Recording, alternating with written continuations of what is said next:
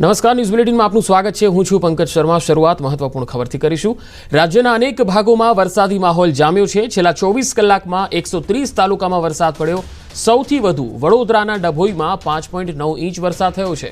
છોટાઉદેપુરના સંખેડામાં 4.9 inch વરસાદ પડ્યો તો ઉમરપાડામાં 3.4, વલસાડમાં 3.3 ઇંચ વરસાદ થયો, ડાંગમાં 3.3 અને સિહોરમાં 3.1 ઇંચ વરસાદ થયો। પાલનપુરમાં 2.8 અને ખાંભામાં 2.6 ઇંચ વરસાદ થયો। કામરેજમાં 2.4 અને માંગરોળમાં 2.2 ઇંચ વરસાદ પડ્યો છે। રાજ્યમાં છેલ્લા 24 કલાકમાં 130 તાલુકામાં વરસાદ થયો છે। સૌથી વધુ ડભોઈમાં 5.9 એટલે કે લગભગ 6 ઇંચ જેટલો વરસાદ, જ્યારે સંખેડામાં લગભગ 5 ઇંચ જેટલો વરસાદ નોંધાયો છે। પાલનપુરમાં પણ 2.5 ઇંચથી વધુ વરસાદ થયો છે, જ્યારે ઉમરપાડા અને વલસાડમાં પણ 3 ઇંચ કરતાં વધુ વરસાદ નોંધાયો છે। અનેક ભાગોમાં વરસાદી માહોલ જામ્યો છે અને આજે સવારે 10 વાગ્યા સુધી પણ અનેક જિલ્લાઓમાં ભારે વરસાદનું રેડ એલર્ટ આપવામાં આવ્યું છે।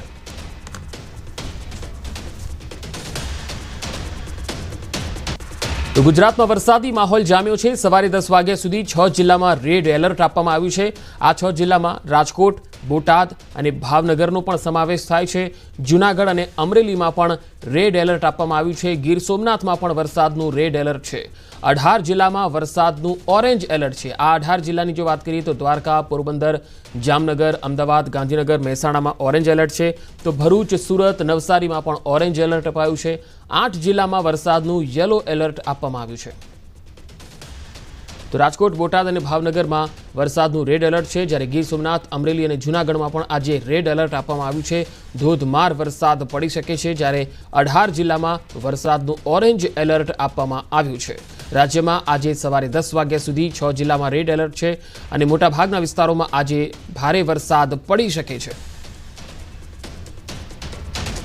જૂનાગઢ, અમરેલી અને ગીર સોમનાથમાં પણ રેડ એલર્ટ આપવામાં આવ્યું છે। 6 જિલ્લામાં ભારે વરસાદનું રેડ એલર્ટ અપાયું છે, જ્યારે 18 જિલ્લામાં ઓરેન્જ એલર્ટ આપવામાં આવ્યું છે।